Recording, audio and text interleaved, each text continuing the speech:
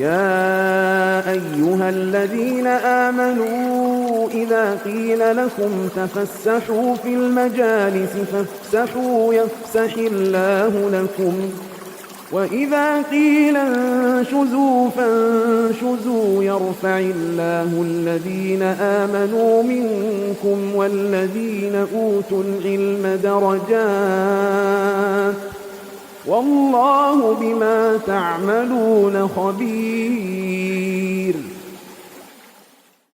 اللهم لا سهل إلا ما جعلته سهلا وأنت تجعل الحزن إذا شئت سهلا. رب اشرح لي صدري ويسر لي أمري واحلل عقدة من لساني يفقه قولي. اللهم إنا نسألك علما نافعا ورزقا طيبا وعملا متقبلا. اللهم علمنا ما ينفعنا وانفعنا بما علمتنا وزدنا علما يا رب العالمين.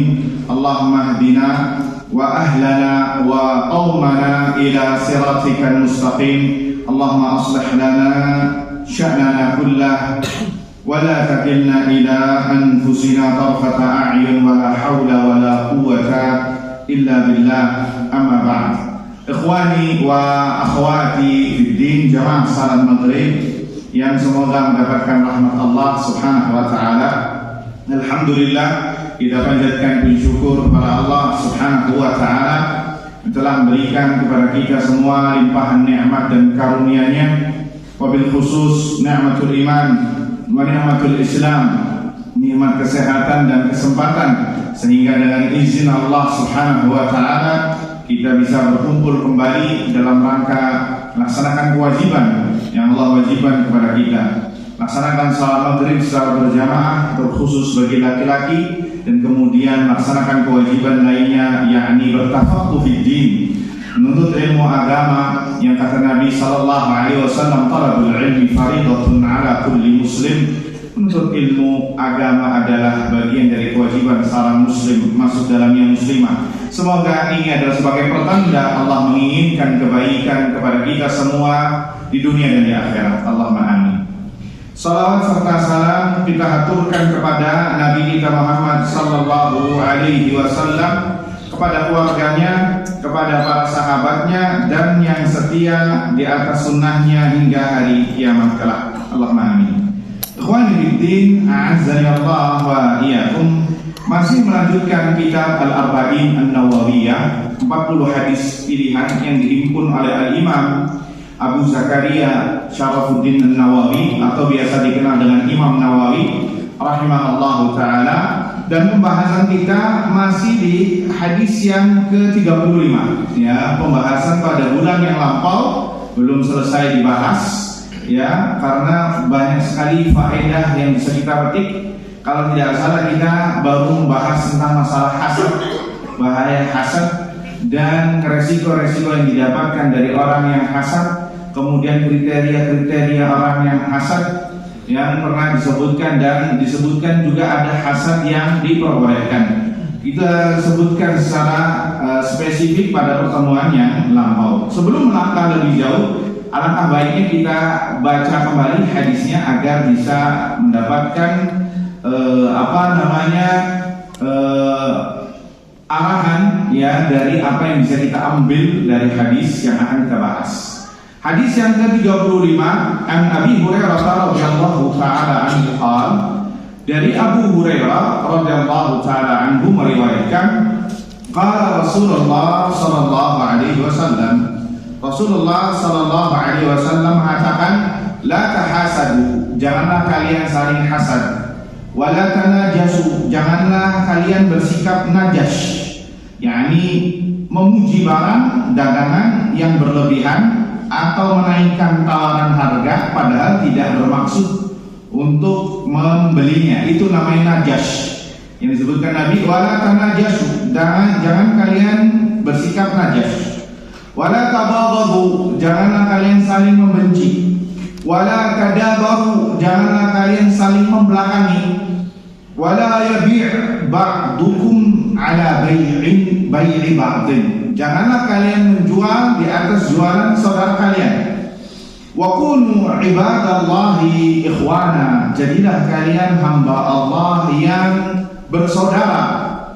Al-muslimu akhul muslim, muslim adalah saudara muslim yang lain. La yazlimuhu, dia tidak menzaliminya. Wa la yakhdhuluhu, dia tidak menghinakannya. Wa la yakdzibuhu, dia tidak berdusta atasnya, atau tidak berbicara dusta terhadapnya. Wala yahqiruhu, dan tidak merendahkannya. At-taqwa hahuna, takwa itu di sini kata Nabi. Wa yushiru ila sadrihi thalatha marrat, Nabi mengisyaratkan ke dadanya 3 kali. At-taqwa hahuna, at-taqwa hahuna, at-taqwa hahuna. Takwa itu di sini, takwa itu di sini, takwa itu di sini. Kemudian Nabi melanjutkan bihasabi mri'in minasyarri an yahqira akhahul muslim. Cukuplah seorang itu dikatakan berdosa tatkala merendahkan saudaranya yang muslim. Kullul muslimi 'alal muslimi haramun damuhu wa maluhu wa 'irduhu. Bagi setiap muslim atas muslim lain itu haram atas darahnya, haram atas hartanya, haram atas kehormatannya. Hadis diriwayatkan oleh Al-Imam Muslim, hadisnya sahih. Baik, ikhwani fiddin, a'azzani Allah wa iyyakum. Kita lanjutkan dari pembahasan pada pertemuan yang lampau. Yang kita bahas penggalan pertama itu tentang hasad. Telah kita sebutkan secara global, secara spesifik intinya dari hal tersebut bahwasanya hasad perilaku yang buruk. Dan tingkatan-tingkatan orang yang hasad hampir disebutkan oleh Syekhul Islam Ibnu Taimiyah rahimahullahu taala, ma khala jasadun min hasad walakinnal karima yukhfi wal laima yubdi. Hampir semua orang itu terhinggapi sifat hasad. Akan tetapi yang membedakan adalah cara menghadapinya. Al-karimu yukhfi, orang yang mulia itu menyembunyikan hasadnya, tidak menampakkannya. Wal laima yukhfi, adapun orang yang lain yang berperangai buruk pasti akan menampakkan hasadnya. Ya, karena setiap orang itu ada terindikasi hasad. Oleh karenanya maka Nabi Shallallahu Alaihi Wasallam memberikan petua di dalam sebuah hadis yang derajatnya hasan, sebagian ahlul hadis dan sebagian lain mentaifkannya, bahwa jangan suka memamerkan kenikmatan yang Allah berikan kepada kita jika tidak ada maslahatnya. Nabi Sallallahu Alaihi Wasallam bersabda, "Istainu fi injahi hawaijikum bil kitman, fa inna kulla zi ni'matin mahsud." Sukseskanlah dalam rangka selesaikan hajat-hajat kalian dengan sembunyi, karena setiap orang yang mendapatkan nikmat itu akan menjadi sasaran hasad, akan menjadi sasaran hasad. Oleh karenanya maka jangan dipamerkan, jangan diumbar, apalagi sampai dipajang di status WhatsApp, media sosial dan lain sebagainya. Maka ya ini Anda telah memaparkan diri Anda untuk menjadi orang yang akan jadi korban hasad. Waliyahulillah. Karena orang yang kalau sudah hasad ya akan menampakkan, apabila dia lain, orang yang buruk, akan menampakkan keburukannya. Orang kalau sudah hasad akan berbuat ghibah, akan ya melecehkannya, akan menghinanya, akan memfitnahnya dan lain sebagainya. Oleh karenanya maka Allah Azza wa Jalla menyuruh kita untuk berlindung dari orang yang hasad. Apabila hasad dijadikan yang paling akhir di surat Al-Falaq, wa min syarri hasidin idza hasad, dan dari keburukan orang yang hasad apabila dia melakukan hasad. Karena orang yang hasad jika lagi tidak hasad tidak menampakkan keburukan, mungkin menjadi orang baik. Tapi kapan ketika menjadi orang buruk? Tatkala hasadnya keluar. Maka hati-hati, jangan sampai kita ya memamerkan apapun, ya tidak diperbolehkan kecuali jika ada maslahat yang diinginkan. Tapi ikhwani fiddin, azani Allah wa iyyakum. Kemudian Nabi SAW mengatakan wala tanajashu. Janganlah kalian najas, ya. Jangan kalian berbuat najas. Najas tadi ya menaikkan harga barang dalam rangka untuk tidak membelinya atau supaya memadaratkan konsumen calon pembeli. Itu najas, bukan dalam rangka ingin mendapatkan keuntungan. Nah, keuntungan boleh saja atas yang sewajarnya, sehingga dia menaikkan harganya karena ingin dapat untung. Tapi najas di sini menaikkan harga barang agar memadaratkan orang yang dituju tadi.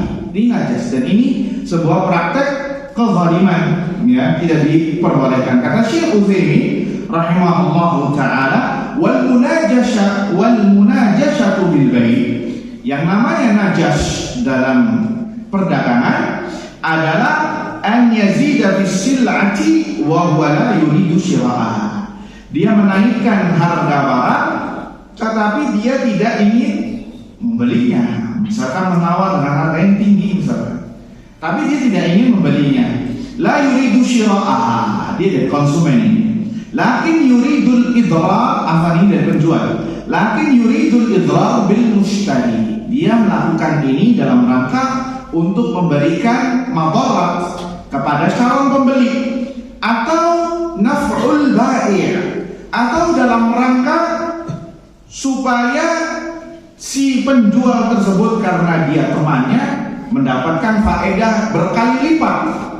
Aul amraini ma'an, atau dua-duanya dalam rangka untuk menjatuhkan si calon pembeli dan dalam rangka supaya penjualnya untung 2 kali lipat. Sebagai contoh disebutkan di sini oleh Syekh rahimahullah, Syekh Muhammad bin Shalih Al-Utsaimin rahimahullah taala, ya, uridat sil'atun fi suq fasamaha rajulun bi mi'ati riyal.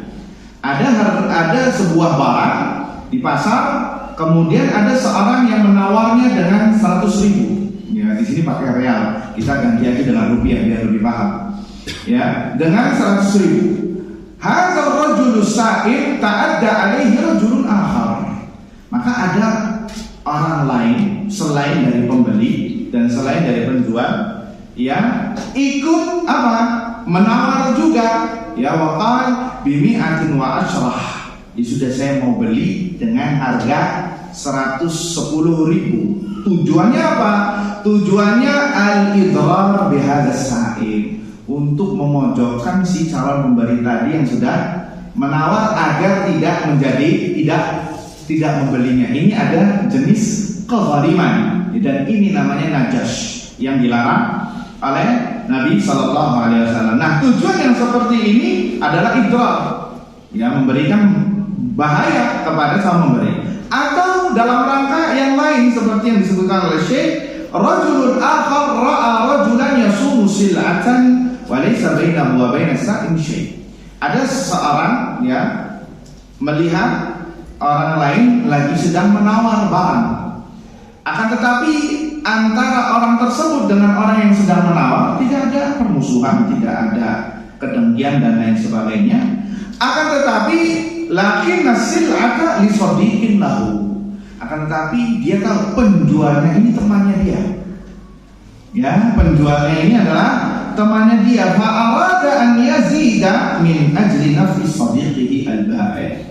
Dia ingin pura-pura menawar dengan harga yang lebih tinggi karena dia tahu ini penjualnya dan temannya, agar penjualnya mendapat faedah keuntungan yang lebih, sehingga si calon pembeli akan membeli barang dengan harga yang dia sebutkan tadi. Maka ini juga haram, tidak diperbolehkan. Ada jenis kezaliman, unsur penipuan di dalam bab ini, ya. Bisa jadi najas, bisa jadi karena ingin memberikan madarat kepada si calon pembeli karena mungkin dia dengki, hasad dan lain sebagainya, atau ingin membantu temannya dengan cara tadi, atau dalam rangka dua-duanya, ya, ingin memadaratkan si calon pembeli dan ingin apa? Memberikan manfaat kepada si penjualnya karena dia adalah temannya. Baik, ikhwani fiddin, a'azzani Allah wa iyyakum. Ya, disebutkan di sini oleh Syekh rahimahullahu taala. Ya, jadi tidak boleh najas itu tahrimu al-munajashah walau min janibin wahid. Wa sabaqa anna an-najas fil bai' huwa an yazida fi sil'ah wa huwa la yuridu syira'aha. Ya, tidak diperbolehkan. Artinya najas dengan segala cara. Adapun untuk menaikkan harga barang karena dia ingin mendapatkan faedah, ingin mendapatkan keuntungan yang wajar, ya, yang sewajarnya, maka diperbolehkan. Baik, wala tabaghadu, kata Nabi sallallahu alaihi wasallam, dan jangan saling membenci. Ya, dan jangan saling membenci. Kata Syekh, ai la yubghid ba'dukum ba'dha. Jangan kalian saling membenci antara satu dengan yang lain. Ya, wal baghdha'u la yumkinu ta'rifuha. Kata Syekh, yang namanya kebencian itu sukar untuk didefinisikan. Ya, sebagaimana rasa cinta itu sukar untuk didefinisikan. Akan tetapi masuk di sini yang dimaksudkan oleh Nabi sallallahu alaihi wasallam, la tabaghadu, janganlah kalian saling membenci, yakni la tas'au bi asbabil baghdha. Jangan antum berbuat yang dengan perbuatannya itu antum saling membenci. Ya, antum akhirnya mendapatkan sebab-sebab yang dengannya antum saling membenci satu sama lainnya. Ini tidak diperbolehkan karena kalau orang sudah benci, ya, hidupnya nggak nyaman, ya, nggak enak. Kalau melihat temannya yang tadi ia benci, bawaannya panas, bawaannya geram, ya, bawaannya kapan saya harus balas dendam.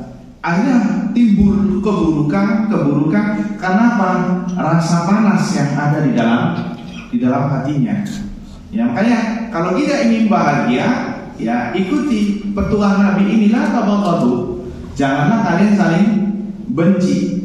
Kalau sudah terlanjur benci, bagaimana? Kata Syekh, wa idza waqa'a fi qulubikum bughdun li ikhwanikum fahrisu ala izalatihi wa qal'ihi minal qulub. Apabila kalian sudah terlanjur saling membenci, maka berusahalah untuk berusaha untuk menghilangkan rasa kebencian tersebut. Nanti disebutkan di akhir, diantaranya dengan mengingat kebaikan-kebaikannya dia. Ya, ketika antum membenci seorang, ya, coba ingat dia pernah berbuat baik sama antum nih dalam bab ini, maka akan sedikit luluh tuh hati. Ya, jangan diingat kebenciannya saja, tapi ingat kebaikan yang lain. Makanya Nabi Shallallahu Alaihi Wasallam memberikan nasihat kepada suami terhadap istrinya. Ya, ketika suami membenci perangai istri, la yafruqu mu'minun mu'minatan. Tidaklah seorang mukmin, yakni suami, membenci mukminah, seorang istri. Fa idza kariha minha khuluqan radiya minha akhar. Ketika suami itu membenci perangai istrinya dari satu sisi, maka dia akan mengingat kebaikan-kebaikan lain, sehingga dengannya kebencian tersebut akan terkubur dengan banyaknya kebaikan yang ada, banyaknya kebaikan bak samudra yang menutupi daratan. Nah ini sehingga akan luluh.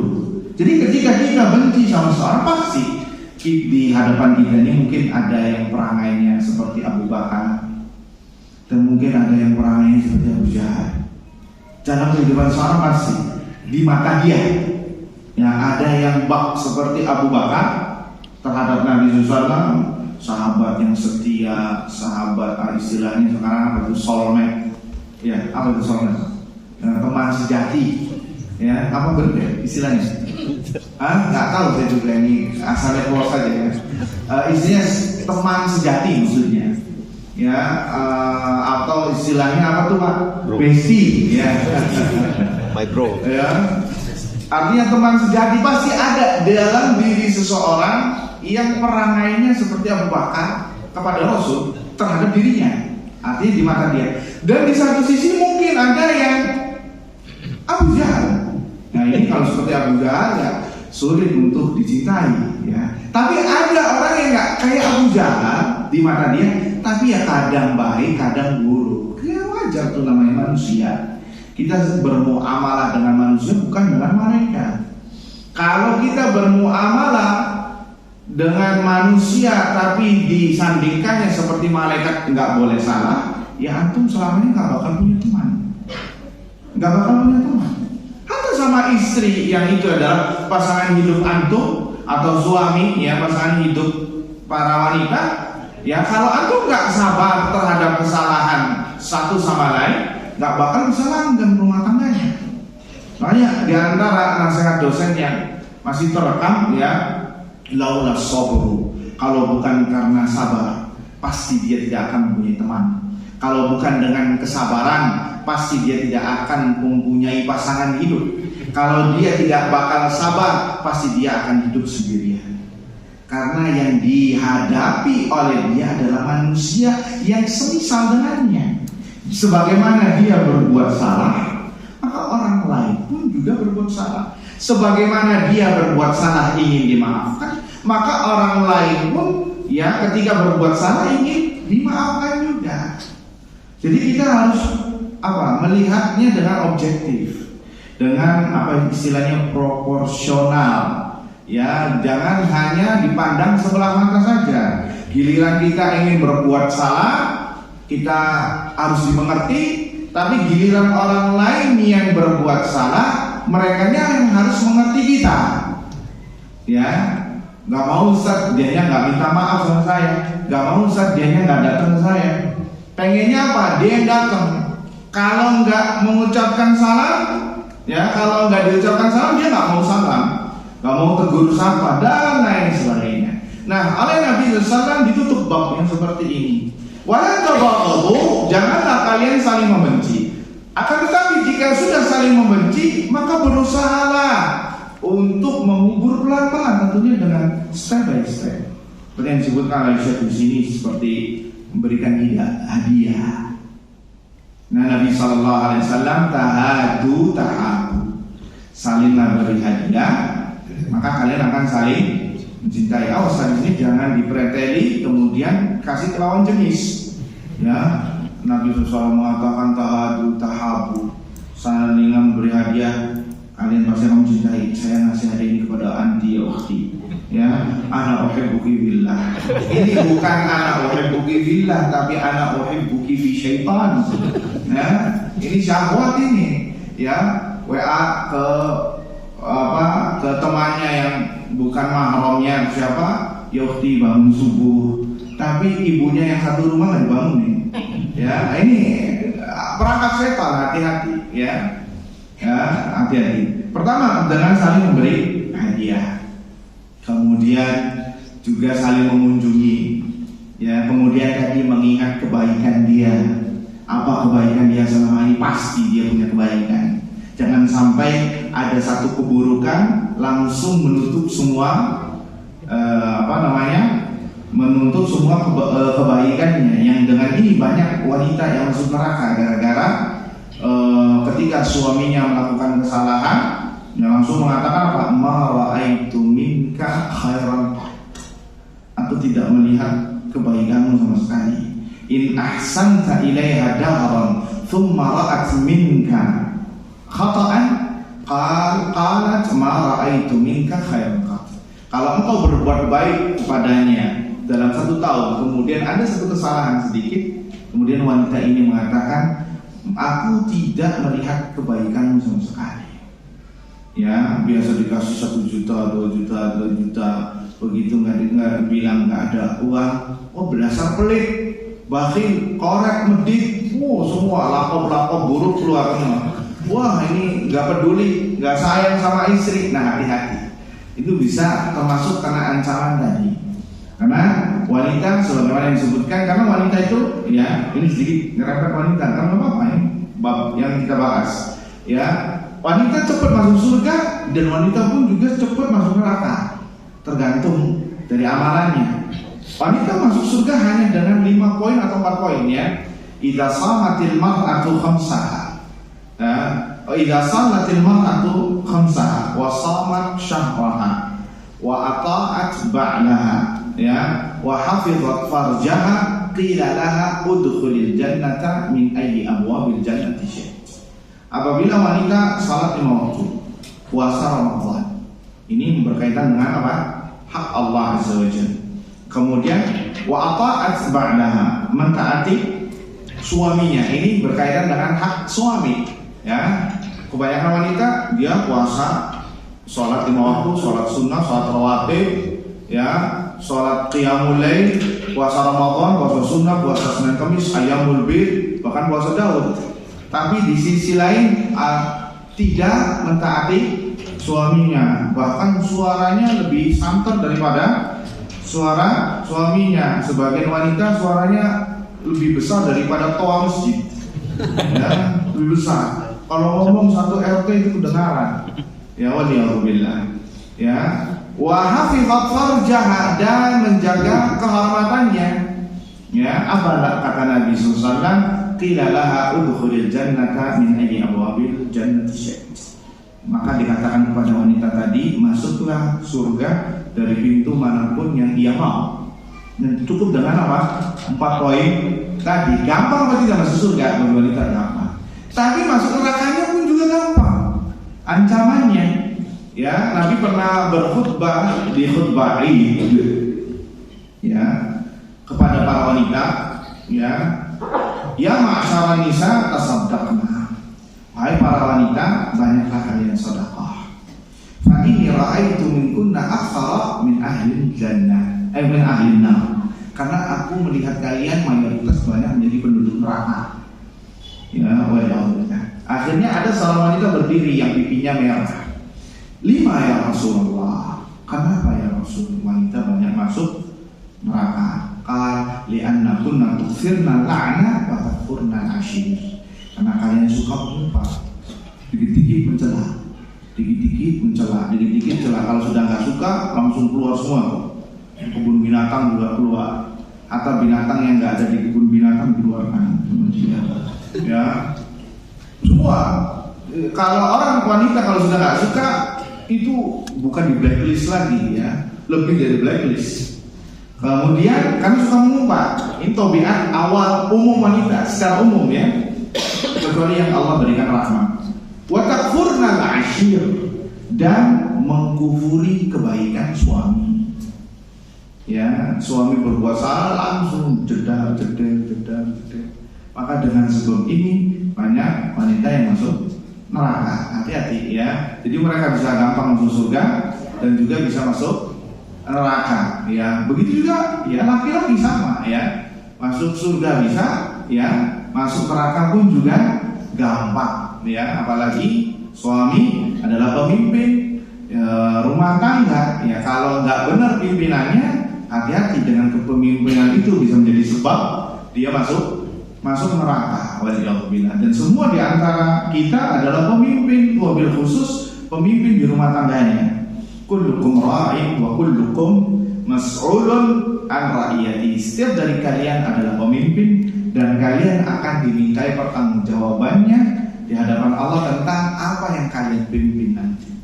Ya, dan kita sendiri aja hisabnya kita ini untuk diri kita sendiri itu sudah agak berat. Ya gimana lagi antum akan ditanya tentang istri, akan ditanya tentang anak. Ya, itu juga hati-hati. Pertanggungjawabannya bisa melebar. Nah ini bagaimana lagi yang ingin mencalonkan sebagai calon, nah Pak RT, Pak RW, Pak Lurah, Pak Camat, ya, Bupati, Wali Kota, Gubernur sampai setingkat kepala negara, pasti ya cakupannya pertanggungjawabannya lebih melebar dari yang mana-mana. Antum saja, kita semua aja terhadap nikmat Allah yang Allah berikan kepada kita ini hisabnya bisa berat, apalagi jika yang dihisab adalah satu RT di tanggungan Anda. Bayangkan ya, satu lurah. Ini satu lurah aja udah ratusan ribu mungkin orangnya. di benaknya antum, kenapa si fulan tidak salah? Kenapa si fulan sakit nggak ada yang nengokin? Kenapa dia tidak dibiayain? Kenapa? Berat. Itu lingkupan yang keluarga aja lingkupannya sangat besar. Bagaimana lagi dengan yang skalanya jauh lebih luas. Maka orang yang paham masalah ini, maka dia nggak mau jadi pemimpin. Ya, nggak mau jadi pemimpin. Nah, sini malah mempromosikan dirinya, coblos saya, coblos nomor ini, nanti saya bakal kayak gini. Gak tahu mereka pertanggungjawabannya berat di sisi Allah saja. Lihat Abu Dzar meminta kepada Nabi SAW untuk dijadikan gubernur. Ya Rasulullah, ala tastamiluni. Ya Rasulullah, kenapa engkau tidak menggunakanku, yakni dijadikan aku sebagai gubernur di tempat-tempat di daerah-daerah kaum muslimin? Maka Nabi sambil menepuk pundak Abu Dzar, ya Abu Dzar, ya wahai Abu Dzar, innaha la amanah, sesungguhnya ini amanah, wa innaha khizyun wa nadama, sesungguhnya ini akan menjadi khizyun, kehinaan dan penyesalan nanti di hari kiamat bagi mereka yang mendapatkan amanat ini dan tidak ditunaikan dengan baik. Kecuali mereka yang menunaikan dengan baik, itu yang selamat. Dan rata-rata yang kita saksikan, survei membuktikan terjadi hanya manis di bibir aja janjinya. Nanti akan bangun aspal ini, dan sebagainya. Fil akhir sudah duduk di kursi, lupa semuanya. Mereka nggak tahu bahwasanya ini akan diminta pertanggungjawabannya di hadapan Allah. Bahkan mungkin bisa jadi sebab dia tidak bisa masuk surga. Kenapa? Bebannya sangat besar sekali. Apalagi mereka yang melakukan korupsi, mereka sampai menipu rakyat, sampai nilai, sampai melakukan tindak yang haram, suap menyuap dan lain sebagainya. Walaupun mereka bebas di dunia tidak mendapatkan hukuman, tapi di pengadilan Allah, ya la yakhfa 'alaihil khafiyah, tidak akan luput dari Allah Azza wa Jalla sesuatu sedikit pun. Ya, yang besar, yang kecil akan didatangkan oleh Allah Subhanahu wa ta'ala. Bahkan domba yang bertanduk dengan domba yang tidak bertanduk akan disidang di hadapan Allah Azza wa Jalla. Bagaimana lagi dengan perkara masalah harta, perkara masalah darah, masalah kehormatan, masalah kepemimpinan, masalah amanat, masalah hak manusia, pasti tidak dibiarkan oleh Allah Subhanahu wa ta'ala, akan disidang. Sampai syahid pun, orang yang mati syahid yang mendapatkan surga, jika punya hak-hak manusia yang belum ditunaikan, diseret dulu, nggak bisa masuk surga, diselesaikan dulu. Di antaranya masalah hutang, ya, yughfaru likulli syahidin, yughfaru likulli syahidin illa dain, kata Nabi sallallahu alaihi wasallam, diampuni segala dosa bagi orang yang mati syahid kecuali hutang. Karena ini perkara muamalah bainan nas, hak manusia yang jika tidak ditunaikan di dunia maka akan dibayarkan nanti di akhirat. Ya, jadi kita kalau masalah ini mengerikan, Pak. Ya, sehingga seorang mukmin itu tidak meminta kepemimpinan. Tidak. Dan dalam Islam sendiri, Islam tidak mengambil pemimpin yang untuk dipilih secara hukum asal. Sehingga kalau ada orang misalkan, jadikan saya manajer dong, maka jangan dipilih. Ya, jangan dipilih karena ada unsur-unsur yang mungkin itu adalah sesuatu yang di luar koridor Islam. Yang dipilih oleh Islam adalah menurut syariat Islam mereka yang tidak mau untuk memimpin. Jangan saya deh, saya takutnya nggak amanah, saya takutnya nggak bisa menjalankan sebagaimana prosedur yang ada. Coba yang lainnya. Nah, orang yang seperti itu yang dibebankan untuk memimpin, karena orang ini yang takut kepada Allah Subhanahu wa ta'ala. Tapi ikhwanifiddin, azani Allah wa iyyakum, wala tadabaru, kata Nabi sallallahu alaihi wasallam. Apa tadabaru? Janganlah kalian saling membelakangi, ya, memunggungi. Tadabar dari kalimat afwan, dari kalimat dubur. Dubur itu artinya belakang. artinya saling memunggungi. Kalau ketemu nggak mau saling tegur sapa, saling plengos, buang muka, ya, tidak mau ketemu, ya. Tadabur itu ada dua, tadaburul ajsad wa tadaburul qulub. Saling memunggungi ini pertama masalah jasad, kalau ketemu dia putar balik, ya, ketemu sama si Fulan, putar balik, nggak mau, ya, saya nggak sudi ngelihatnya, misalkan, ya, ini tadabur nggak boleh secara jasad. Ada lagi tadabur masalah hati. Setiap kali dia ngomong A, dia pasti ngomongnya B. Ya, kenapa? Karena saya benci sama dia, nggak mau.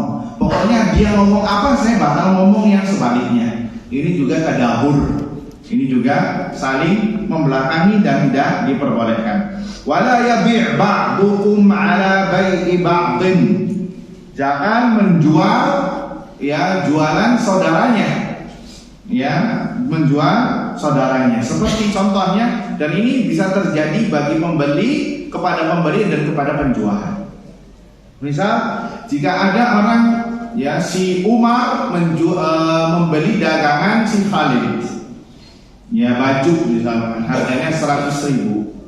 Kemudian datang Utsman, ya, karena melihat Umar, tadi Umar sama siapa? Sama Khalid. Khalid penjual, Umar pembeli, dan ada Utsman orang ketiga. Ya, ketika si Utsman ini tatkala melihat Umar sedang membeli atau menawar barang dagangan si Khalid dengan harga 100.000, mirip kayak Najas tadi, dia mengatakan langsung nikung kepada si Khalid, saya tak beli 150, padahal lagi ditawar. Ini nggak boleh, haram, tidak diperbolehkan. Dan penjual pun nggak boleh untuk memberikan yang apa, harus diselesaikan dulu kepada si Umar. Kalau Umar nggak jadi selesai, memang nggak jadi, boleh si Utsman masuk. Bisa dipahami, Pak? Ini kepada pembeli atau kepada penjual. Kepada penjual, misal, ya, bahwa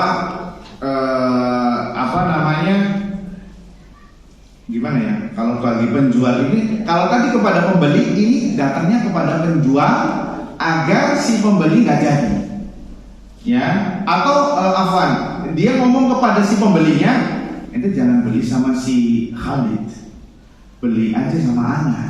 Sama si Khalid 100.000, sama Ana 90. Paham? Nah, kalau tadi kepada penjual, ini kepada si pembeli, ya, nggak boleh. Ini namanya la yabi' ba'dukum 'ala bai'in ba'din. Tujuannya apa? Agar karena kalau ini dibiarkan, ya, nanti apa? Antum akan dengki sama orang tadi. Ya, tidak diperbolehkan. Ini biasanya terjadi ketika di pameran biasanya. Ya, di pameran yang penjualannya sama. Misalnya pameran buku, semua antum nawar beli buku, ini berapa?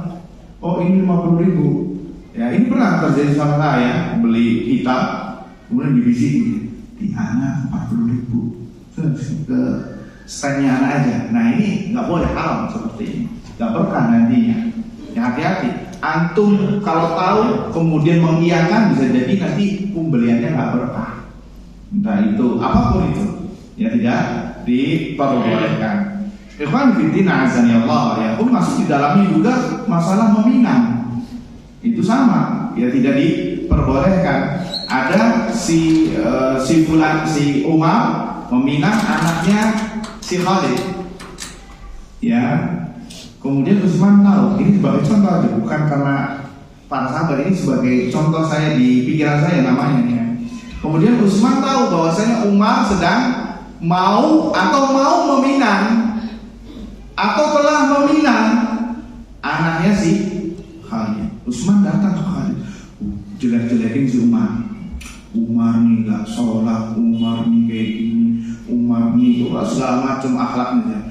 Ujung-ujungnya nanti nawarin kepada dirinya atau kepada untuk anaknya. Ini tidak diperbolehkan, haram. Nah, ini tidak diperbolehkan, ini haram. Nanti bisa ribut 2 keluarga atau 3 keluarga. Ya waliyahu.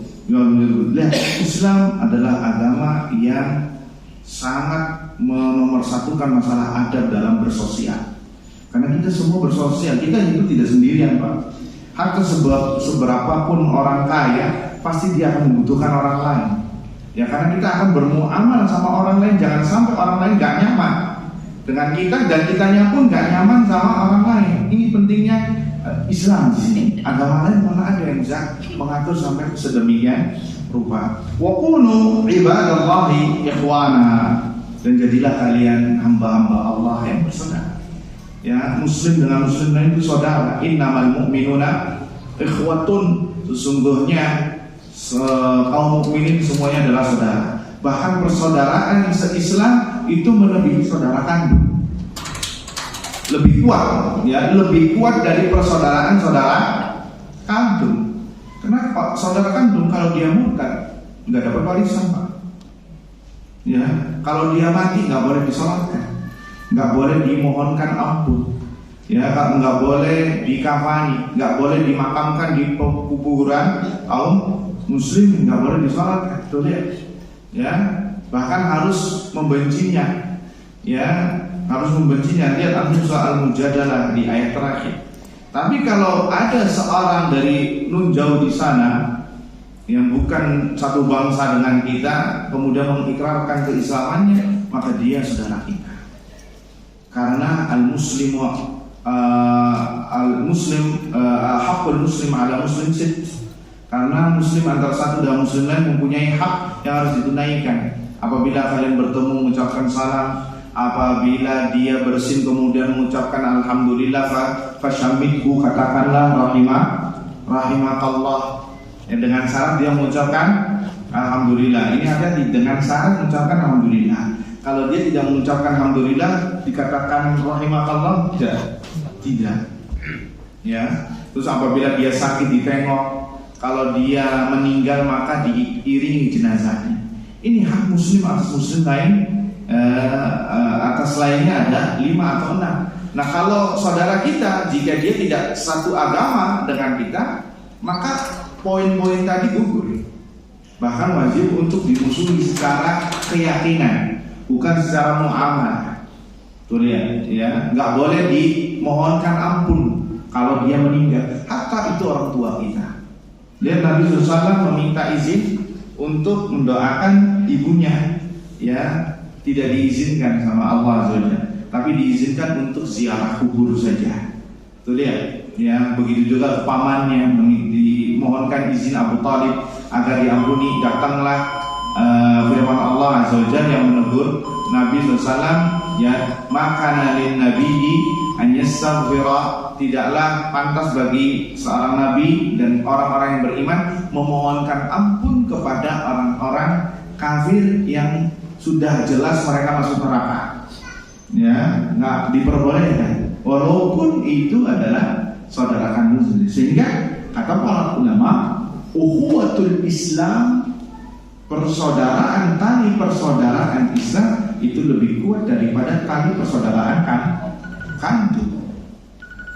Anak apabila murtad dapat warisan nggak dari orang tua nanti? Enggak. La yarithul mu'minu muslimu kafira wala kafirun muslimah. Tidak boleh seorang muslim mewariskan kepada orang kafir, dan orang kafir nggak boleh mewarisi orang muslim, nggak boleh. Hatta juga kandungnya sendiri. Tuh lihat, masalah agama ini adalah bagian yang sangat terpenting. Lihat, Nabi sudah mengatakan masalah tentang ukhuwah, tentang masalah persaudaraan sebelum jauh adanya HAM 14 abad yang lalu. Wa kunu ibadallah ikhwana, jadilah kalian hamba-hamba Allah yang bersaudara. Dan kita bersemangat untuk mendengarkan azan kumandang Isya.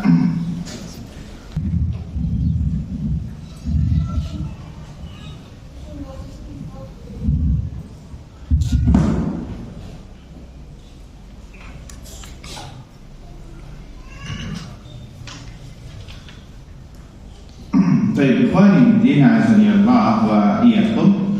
Di sini disebutkan, ya, oleh Nabi sallallahu alaihi wasallam, wa kunu ibadallahi ikhwana. Jadilah kalian hamba-hamba Allah yang bersaudara. Kata Syekh Utsaimin, dari poin ini adalah pelajarannya wujubul ikhwah al-imaniyah. Wajibnya kita merajut tali persaudaraan yang seiman dan seakidah seagama muslim, ya, dari sabda Nabi wa kunu ibadallah ikhwana. Tapi bagaimana cara mempererat ukhuwah Islamiyah? Ya, ingat ya, mempererat ukhuwah Islamiyah bukan menyambung tali silaturahim. Karena ini perlu disinggung, karena sebagian orang terlalu melebar tentang masalah silaturahim, ya, padahal itu sebenarnya mempererat ukhuwah Islamiyah.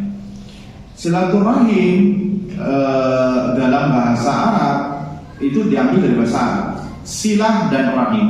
Silah artinya menyambung, rahim artinya yakni dari rahim, artinya dari hubungan darah.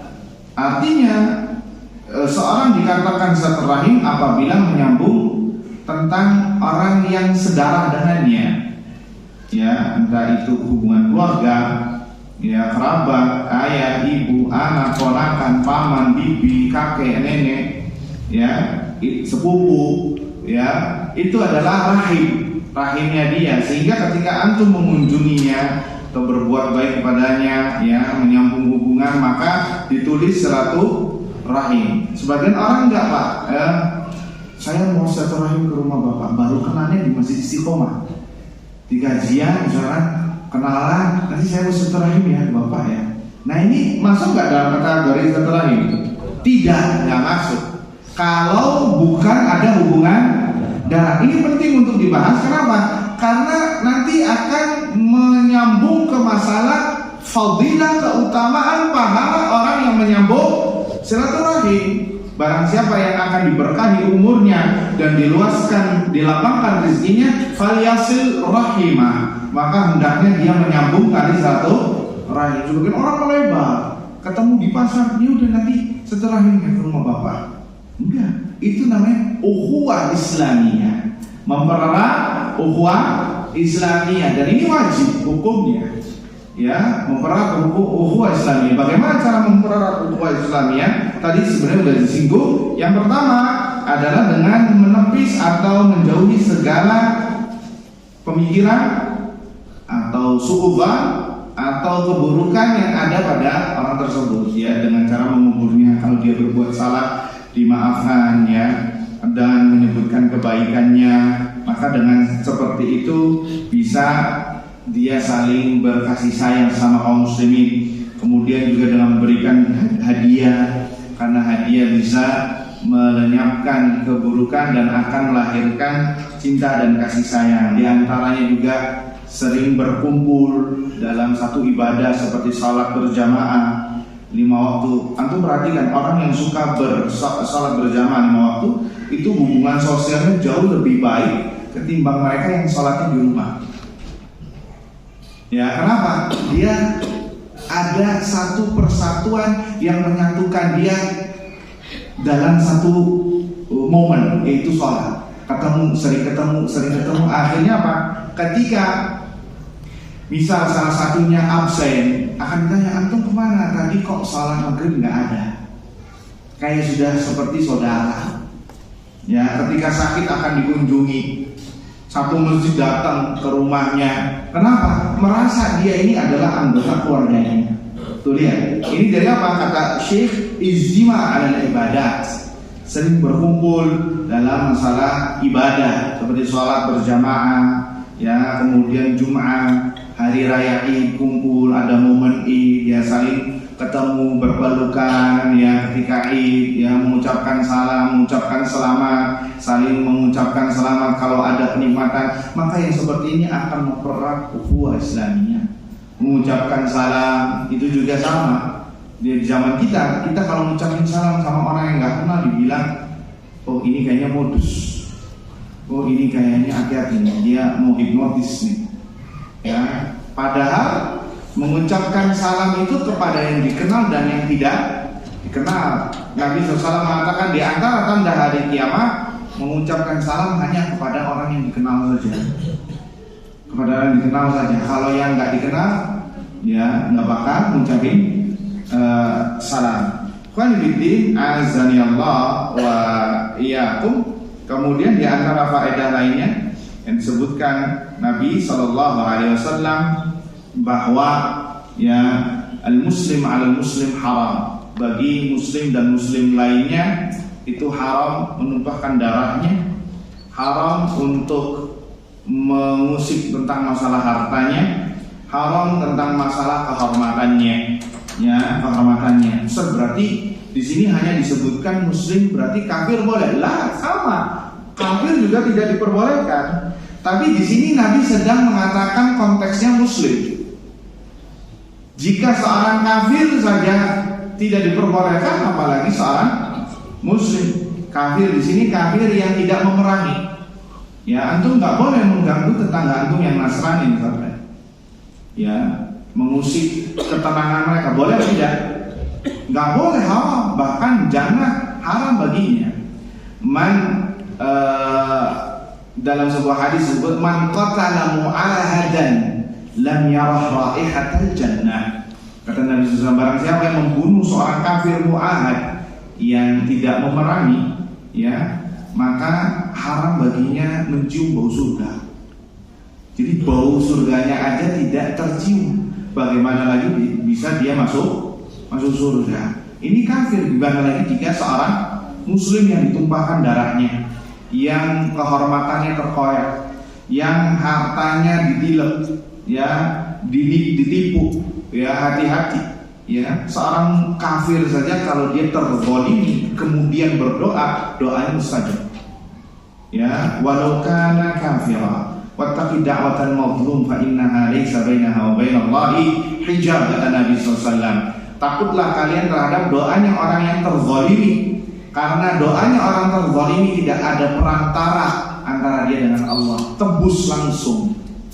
Dalam sebuah riwayat dikatakan walau kana fasiqa, walaupun yang terzalimi adalah orang fasik.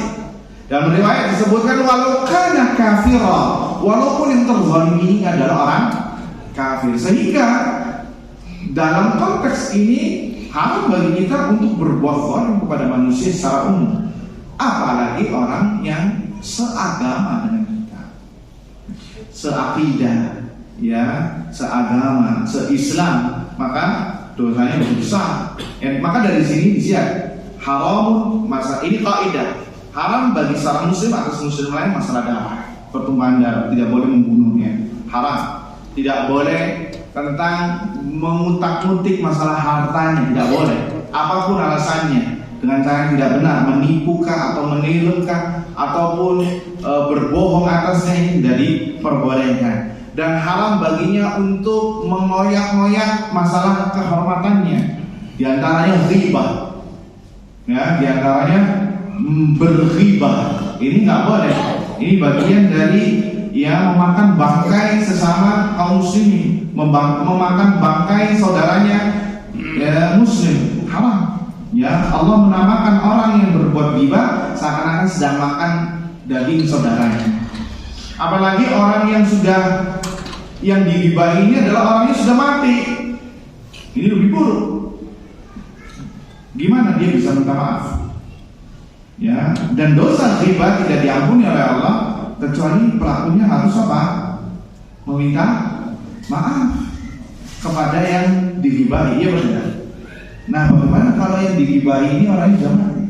Termasuk kejahilan yang besar orang komentari orang yang sudah mati, disebutkan keburukannya ini dan lain sebagainya. Lah orang yang sudah mati gimana?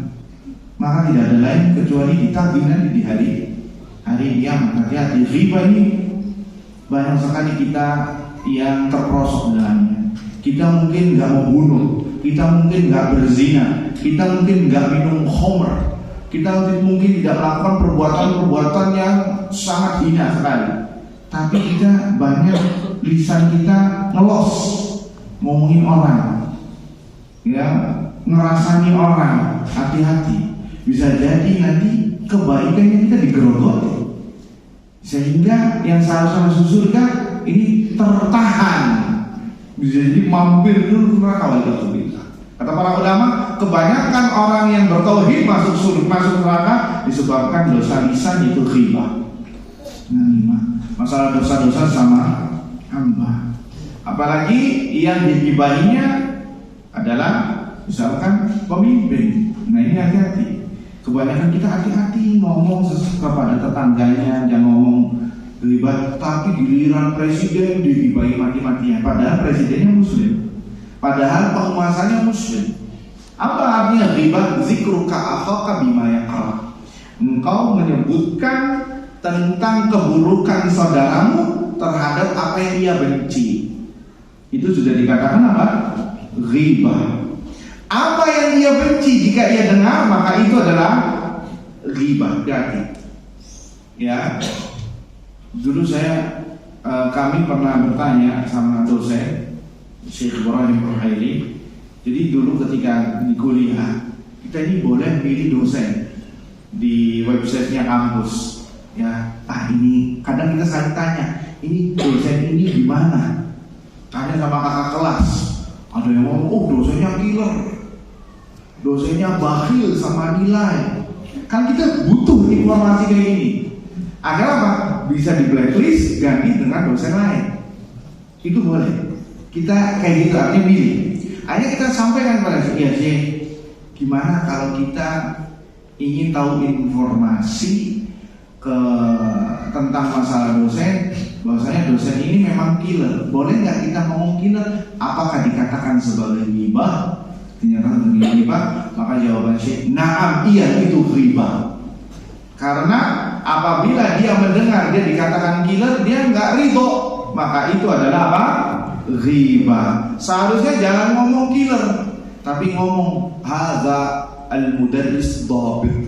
Guru ini sangat disiplin, ya. Guru ini sangat konsekuen terhadap tugasnya. Itu benar. Tapi kalau sudah ngomong killer, ya kayak pembunuh gitu kan, ya, kayak sadis kejam, ya, maka ini sudah riba. Ini sebagai contoh bahwasanya ada beberapa perkara yang mungkin kita menganggapnya biasa, tapi kalau sudah didengar oleh yang bersangkutan itu dibenci, maka itu riba.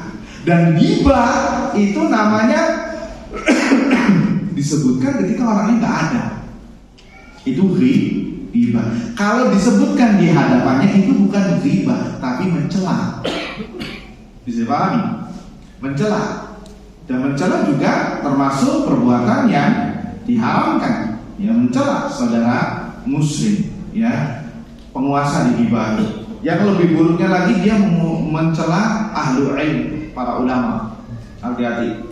Luhumul ulama masmumah. Ya, dagingnya para ulama itu beracun. Ya, hati-hati. Makanya kita melihat ada orang yang suka gibahin para asatidzah, para ustaz, ya, para ulama, para masyayikh. Ujung-ujungnya dia banyak futurnya. Yang tadinya menuntut ilmu, sekarang malah lebih ke perkara dunia sampai sholat ditinggalkan. Kenapa? Karena yang dia makan dagingnya itu adalah beracun. Para ulama, ya, hati-hati. Sampai ada yang murtad, sampai nggak sholat. Gara-gara apa? Karena dulu dia waktu menuntut ilmu hobinya suka menggibahi para asatidzah. Hati-hati, jangan sampai kita masuk dalam bab ini, ya, karena lihat dagingnya para ulama itu masmumah, kata para ulama. Apa masmumah? Beracun. Dagingnya kaum muslimin saja itu bahaya, apalagi dagingnya para ulama, ya, bisa menjadi bumerang nantinya bagi orang yang melakukannya. Ikhwan fillah, azanillahu wa iyyakum. Maka hadis ini juga sama, ya, melarang kita untuk berbuat zalim.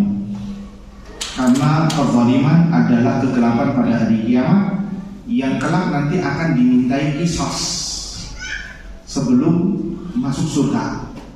Antum tahu hadis yang bangkrut itu? Ada yang datang pada hari kiamat dengan membawa puasa, sholat, zakat, ya, amalan-amalan yang lain sebesar gunung. Akan tetapi lisannya suka mencela, suka menggibah, tangannya suka berbuat zalim, ya, suka memukul, mungkin suka masuk di dalamnya komentar netizen, ya. Netizen Indonesia kan paling pedas omongannya, ya.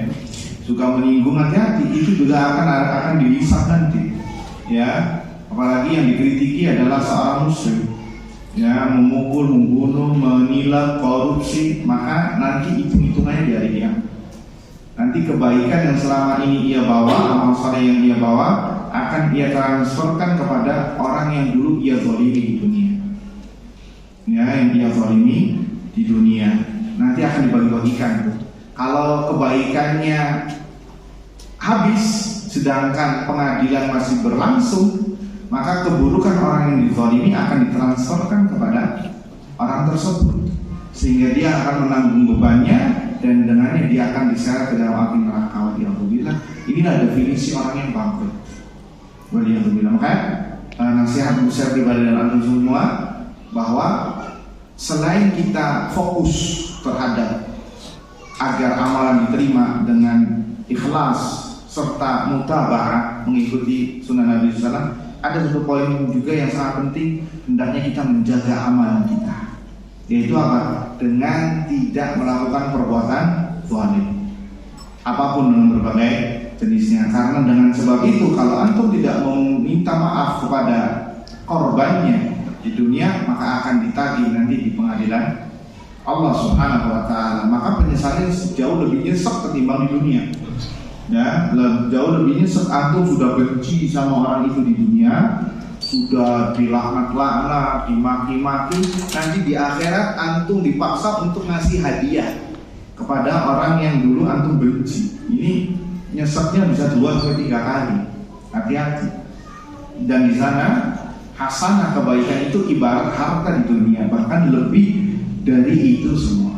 Ya, nasallallahu salamata wal afiyah. Kemudian satu poin terakhir, wajib bagi kita untuk menghormati seorang muslim dan tidak boleh menghinanya, tidak boleh menyepelekannya, tidak boleh memandang sebelah mata. Siapapun dia, selagi dia muslim, ya, atau orang yang paling kere, yang paling fakir, tidak boleh kita menghinanya atau menyepelekannya. Allah si fulan, Allah, karena sudah dikatakan sebagai pendosa. Nabi SAW mengatakan bihasabi mri'in minasyarri an yahqira akhahul muslim.